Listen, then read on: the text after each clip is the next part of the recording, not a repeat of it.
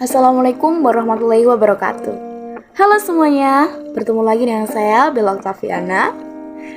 Di sini kita akan mengulik lebih dalam tentang manajemen keuangan sendiri. Nah, manajemen keuangan itu adalah suatu aktivitas kegiatan perusahaan dalam upaya mendapatkan dana dan bagaimana meminimalisir dana tersebut dalam pengalokasian dana secara efisien.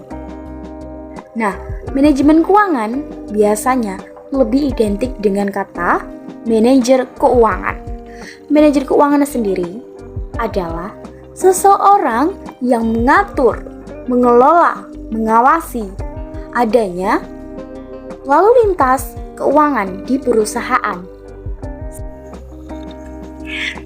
Nah, selanjutnya adalah fungsi manajemen keuangan. Yang pertama yaitu ada planning. Nah, planning tersebut adalah perencanaan penerimaan arus kas dan laba ataupun rugi. Yang kedua yaitu ada budgeting atau anggaran. Nah, perencanaan bagaimana penerimaan dan pengalokasian dana biaya secara efisien dan memaksimalkan dana yang dimiliki. Yang ketiga yaitu ada controlling atau pengendalian keuangan, di mana dalam pemakaian keuangan, perusahaan harus mengevaluasi serta memperbaiki keuangan dalam sistem keuangan. Gunanya, kita akan tahu bagaimana letak kelemahan kita dalam mengelola keuangan tersebut. Yang keempat yaitu dengan auditing atau pemeriksaan keuangan. Melakukan audit internal atas keuangan perusahaan yang ada agar sesuai kaidah akuntansi dan tidak menyalahgunakan jabatan, misalnya terjadi suatu penyimpangan.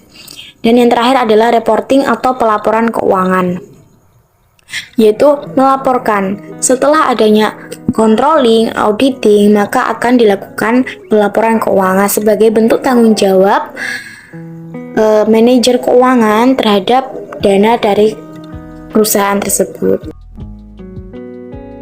Nah, contoh kasus yang sering terjadi pada perusahaan yaitu tentang penyalahgunaan aset yang merupakan tindakan ilegal seperti penggelapan aset. Nah, aset sendiri itu bisa berupa harta seperti uang, seperti peralatan, seperti mesin-mesin, seperti perlengkapan. Nah, saya ambil contoh adalah penggelapan dari arus kas perusahaan. Kas, di mana itu sangat berperan penting pada perusahaan. Jika tidak ada kas, maka perusahaan tidak akan beroperasional. Nah, untuk mengatasi permasalahan tersebut, jika kita sebagai pemimpin perusahaan ya, kita harus menanamkan diri kita sendiri itu adalah sosok yang bertanggung jawab, adalah sosok yang sepenuh hati dalam bekerja, tidak main-main.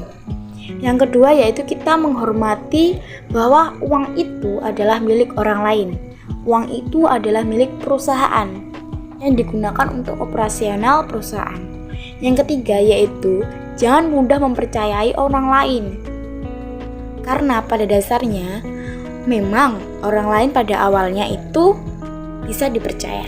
Namun siapa tahu ya teman-teman, pada tengah-tengah jalan mungkin orang lain itu bisa tergiur adanya nominal dari dana tersebut. Nah, yang keempat yaitu menghindari kolusi. Kolusi sendiri itu adalah kerjasama yang dilakukan dalam rangka melanggar hukum yang telah ada. Misalnya kolusi tentang jabatan, yaitu suap menyuap tentang jabatan. Nah, itu tidak diperbolehkan. Selanjutnya yaitu bagaimana cara mengatasi penggelapan atau penyalahgunaan aset sendiri, yaitu dengan membuat laporan keuangan ya. Jadi manajer keuangan itu harus membuat laporan keuangan yang diserahkan oleh pimpinan perusahaan. Jadi pimpinan perusahaan juga akan mengecek atau mengontrol, melihat, mengawasi bagaimana kinerja arus kas keluar atau arus kas masuk dan seberapa besar laba atau kerugian kita. Seperti itu. Selanjutnya, pimpinan juga harus membuat gambaran hukuman perusahaan. Bagaimana jika terjadi adanya penyalahgunaan atau penyimpangan tersebut? Jadi, mungkin karyawan yang telah melakukan tersebut